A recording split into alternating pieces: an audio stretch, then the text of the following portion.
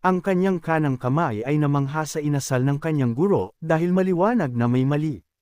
Tila nagkaroon ng mga paghihirap sa mga negosasyon, at ang mga hamak na ito ay gumagawa ng napakataas na kahilingan. Nangangahulugan ito na hiniling nila ang eksklusibong karapatang mag-supply ng mga armas at unyong pampulitika sa pamamagitan ng kasal. Naglakas loob pa nga silang kunin ang puso ng young mistresses, at napagtanto ng guro na hindi niya ito hahayaang hindi masagot. Sa sandaling magbigay ng senyales ang batang may bahay, agad niyang ipapadala ang lahat ng mga mandirigma ng unyon upang wakasan ang 5 Dragon Union minsan at para sa lahat. Nagsimula siyang pakalmihan ang kanyang sarili, dahil ang kanyang may bahay ay nagpadala lamang sa kanya ng isang liham na nagpapaalala sa kanya na maglaan ng oras. Ang kailangan lang niyang gawin ay magtiwala at maghintay. Alam na alam niya kung anong klaseng tao ito. Sa loob ng 10 taon, tinulungan niya ang kanilang ulo na hindi kapani-paniwalang mapataas ang impluensya at turnover ng Merchants Union. Ang ginang ay isang tunay na namumukod-tanging tao, at ang lahat ay naghihintay sa kanyang pagbabalik. Hindi nagtagal, isang katulong ang lumapit sa young mistress, na nagdadala ng mahalagang impormasyon. Ang 5 Dragon Union ay nagpadala ng isang kinatawan upang makita siya. Ang young mistress ng Great Heavenly Merchant Union, Haso Ho, ay handang tumanggap sa kanila. Bumalik kami sa Red Robe Girl na malapit na sumusunod sa War King. Nanatili ang mga mata niya sa kanya, pinagmamasdan mula sa tuktok ng mga gusaling nakataas sa kanya. Nagsisimula na siyang madismaya na ginugol niya ang 1 oras sa pagsunod sa kanya habang nakatingin lang ito sa paligid ng lungsod.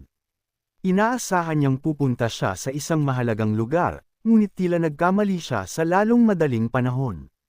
Gayunpaman, tumigil ang binata.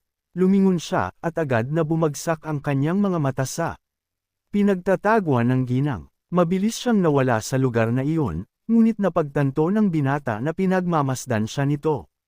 Gayunpaman, hindi niya lubos na maunawaan kung bakit niya ito ginagawa. Nagpasya si Soyo na kung talagang nagpasya ang babaeng ito na sundan siya, bakit niya binigay ang kanyang presensya ng napaka-clumsily. Mas madaling hilingin na lang na sumama sa kanya. Ngunit sa kabila nito, hindi huminto ang kanyang pagbabantay. Sigurado siyang na-disguise niya ang kanyang aura, ngunit natagpuan pa rin siya nito ngunit biglang may lumitaw sa kanyang mga mata na mas ikanalitaw niya. Nakatingin ang bata gamit ang kanyang mga asul na mata sa isang lalaki na medyo sikat sa kapitbahayan. Kahapon, halimbawa, nag-organisa siya ng massacre, at ngayon ay mahinahon siyang naglalakad sa mga lansangan. Nagsalita ang young master sa kanya, dahil ito ang parehong walang awa na Demon Blade. Napatingin ang malaking lalaki na ito sa dati niyang kaibigan at hindi makapaniwalang muli niya itong makikita. Maingat na sinuri ng young master ang blade at tinanong siya, ano ang layunin ng pagdalaw. Napatingin din ang lalaki kay young master, dahil may dahilan ito. Mayroon silang hindi natapos na gawain. Ang babaeng punong abala ay nanunood sa kanila sa lahat ng oras na ito, at napagtanto na ang taong nakilala niya ay nagpapahatid. Na-overwhelm siya, hindi siya makapaniwala na lumabas siya ng lantaran, at ang pagkakakilala nila sa isa't isa ay hindi nakapagbigay sa kanya ng kapayapaan ng isip. Nakakonekta ba ang blue-eyed guy na ito sa Crane Creek Clan, at gaya ng sinabi ni Junjin, ito ay kainahinala. Napagpasyahan niya na kailangan niyang makialam, at hinawakan niya ang kanyang sword na handang kumilos. Ngunit bakit nakikialam? Kung ang lalaki ay kalmado, makipag-usap sa Demon Blade. May mga usap-usapan na nililigawan siya ng korte militar. Nakilala ni Convy na walang sinuman sa mga hamak na ito ang maaaring gumawa ng anumang pinsala sa kanya at hindi man lang nagpakilala. Ngunit halos lahat ng bagay ay alam ng lalaki tungkol sa kanya. Ang sabi ng batang may-ari ay kakaiba kung hindi niya alam ang tungkol kay Convy matapos ang kanyang ginawa. Kahit na tinanggal na siya ni Convy sa kanyang alaala ay wala ni isang bakas ng takot sa mukha ng bata. Naalala niya kung paano niya nabali ang kanyang braso at balikat sa labanan kahapon, ngunit hindi niya maintindihan kung paano mabilis na gumaling ang lalaking ito. Napagtanto ni Convy na ang kanyang accent at kulay ng mata ang nagpahiwalay sa kanya sa iba, at ipinagpalagay na hindi siya isang lokal. Salamat sa kanyang intervention, hindi na parusahan ang angkan ng Crane Creek. Talagang kakaiba ang bata, marahil ay isang demonyong tulad nila. Alam ni Convy na hindi niya siya matatalo ngayon, ngunit para sa kanya, hindi mahalaga kung gaano kalakas ang kalaban. Hindi siya kailanman luluhod sa harap ng isang demonyo. Isang nakakalokong ngiti ang lumitaw sa kanyang mukha.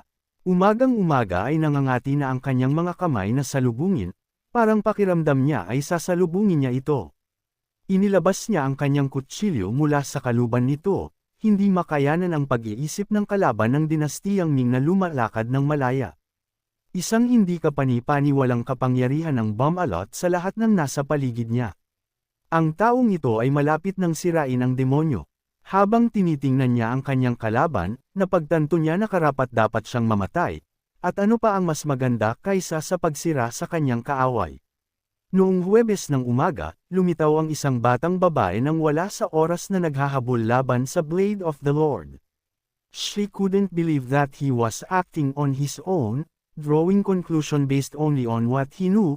Anong katangahan ang pumapasok sa isip niya? Nag-cross arm si Dansoyo, walang pakialam na nakatingin sa batang babae na muling lumitaw sa tabi niya, bagamat hindi gaanong nakaapekto sa kanya ang pagbati nito. Lumingon siya kay Young Master Dansoyo, humihiling na pag-usapan kung paano ito nauugnay sa Demon Blade. Nang maglaon, hindi naintindihan ni Sayo kung ano ang ibig niyang sabihin sa koneksyon nito kay Candy o kung bakit siya nakikialam sa labanang ito. Ito ay masyadong kakaiba, at ang babaeng ito ay tila ganap na hindi maintindihan sa kanya. Sa turn, Mr. Binati ni Stan Mock si Petty Officer Milkan, binanggit na matagal na niya itong hindi nakikita. Lalo na sa Taiwan, ang Blade of the Underworld ay hindi man lang masaya na ang Bloody Plum Blossom ay lumitaw sa kanyang landas. Hindi niya akalain na makakatagpo siya ng ganito kalakas na babae mula sa Hwasek dito. Ngunit bakit siya lumitaw sa kanyang landas? Sigurado si Canvy na siya ay nasa isang mahalagang misyon para sa Siyam na Foundations Union, ngunit napakadali niyang ipinakita ang kanyang sarili, marahil dahil sa presensya ng guro na ito, napagtanto na hindi niya matatalo ang kanyang guro. Ipinaliwanag lang ni Daynok ang kanyang layunin, nagalugarin ang kapitbahayan. Tinanong din niya kung pumasok ang dalaga para kumain sa restaurant na ito. Ang lahat ng ito ay tila nakakumbinsi, ngunit ang isang elder sa mga lugar na ito ay hindi karaniwang nagsusuri sa tanawin, marahil ang kanyang presensya ay nangangahulugan ng paglipol sa mga hindi nababagay sa kanya, at dahil dito, ang buong Taiwan ay nasa alerto. Napagtanto ng 2 metrong taas na lalaking ito na ang tinutukoy niya ay ang Crane Strike Clan, at tinatawag niyang inosente ang mga taong pinatay niya, kahit na nakagawa sila ng mga kakilakilabot na kasalanan at sumuko sa demon. Napagtanto ng batang babae na ang kanyang mga salita ay ganap na nilikha mula sa kanyang sariling kabaliwan. Ang Crane Clan ay isang malakas na manlalaro sa politika na may mahusay na kagamitan sa pamamahala. Gayunpaman, hindi nakayanan ng hindi nakakain na Blade ang hamak na pumatay ng tens-daan-daang tao. Isang nakakalokong ngiti ang lumitaw sa mukha ng hindi matatawaran na si Blade. Wala bang halaga sa kanila ang mga biktimang ito? Tumawa siya ng malakas, ang Young Master, na dapat ay maging isang halimbawa sa kanyang mga nasasakupan, ay nagdudulot ng kaguluhan at nagpapahirap sa mga tao. Maging ang kanyang ama, si Wang Zhang, ay walang ginawa upang pigilan ang kanyang pagkatakot sa isang anak, at ang mga taong hindi sumasalungat sa kasamaan ay nagiging masama mismo. Marahil ay hindi niya alam na ang sakuna ay nagsisimula sa kaunting masamang panahon. Kailangang putulin kaagad ang mga may sakit na shoot bago sila makahawa sa ibang mga halaman. Ito ang dahilan kung bakit hindi pinabayaan ng Blade ang clan na iyon. Pagkatapos ng lahat, ang pangunahing layunin niya sa katotohanan ng kanyang buhay ay ang sirain ang demonyo, kahit na kailangan niyang mamuhay na may dugong mga kamay at ang kanyang buong katawan ay natatakpan ng isang patong ng dugo, hindi niya pipigilan ang sinuman sa mga taong ito ay hindi magagawang, para pigilan siya o sirain ang kanyang pananampalataya. Ang hindi nakakain na Demon Blade ay hindi magbabago. Bagamat paulit-ulit na niyang sinabihan na siya ay mali, hindi ito mahalaga sa kanya. Hinawakan niya ang blade niya at hinayla ito mula sa kaluban nito. Tinitingnan niya ang mga humahadlang sa kanya, at kung gusto nila siyang harapin, hindi mahalaga kung sino sila, kahit na sila ay isang master mula sa Iron Union, wala siyang pakialam. Ang young master ay nakinig sa lahat ng kalokohang ito, at bagamat siya ay namangha sa kabaliwan ng lalaki. Siya ay mas malakas kaysa sa inaakala niya, at ngayon ay gagawa siya ng bloodbath dito, ngunit mayroong isa. Ngunit ang Hua sect ay nasa ilalim ng Iron Union, at si Elder Kang ay nasa ilalim ng Five Dragon Union, at kung hindi makikialam ang young master, ang labanang ito ay maaaring magdulot ng malubhang digmaan. Ito ay mahalagang malaman, dahil ang labanan na ito ay hindi lamang isang hamon para sa batang babae. Sinisira nito ang kapayapaan ng mga miyembro ng Hua sect. Napunta siya sa isang fighting stance, iginuhit ang kanyang blade, handang harapin ang pagsubok na ito, at walang intensyon na iwasan ito. Ipapakita niya sa bastos na ito ang pambihirang kakayahan ng Hua sect. Siyempre, sa ganoong sitwasyon, walang nakakaalam kung ano ang eksaktong nag-udyok kay Dan Soyu na makialam. Gusto lang niyang bugbugin ang torpe, ngunit nanatiling misteryo kung bakit nakialam ang dalaga. Si Dan Moksumyang, na kilala bilang Bloody Plum Blossom, ang unang babae na naging kilalang tagasunod ng kulto. At pwede bang wala na tayong dahilan para umatras ang lokong iyon? Nahuhumaling lang siya. Ito ay tiyak na magiging isang kawili-wiling labanan. Samantala, sa likod ng young master, nagsimulang magingay ang mga tao. Nagtakbuhan sila sa tunog at namangha sila sa nangyayari. Nakita nila na ito ay Convy ang parehong sumisira sa buong clan kahapon, at ngayon ang kanyang kalaban ay ang Bloody Plum Blossom.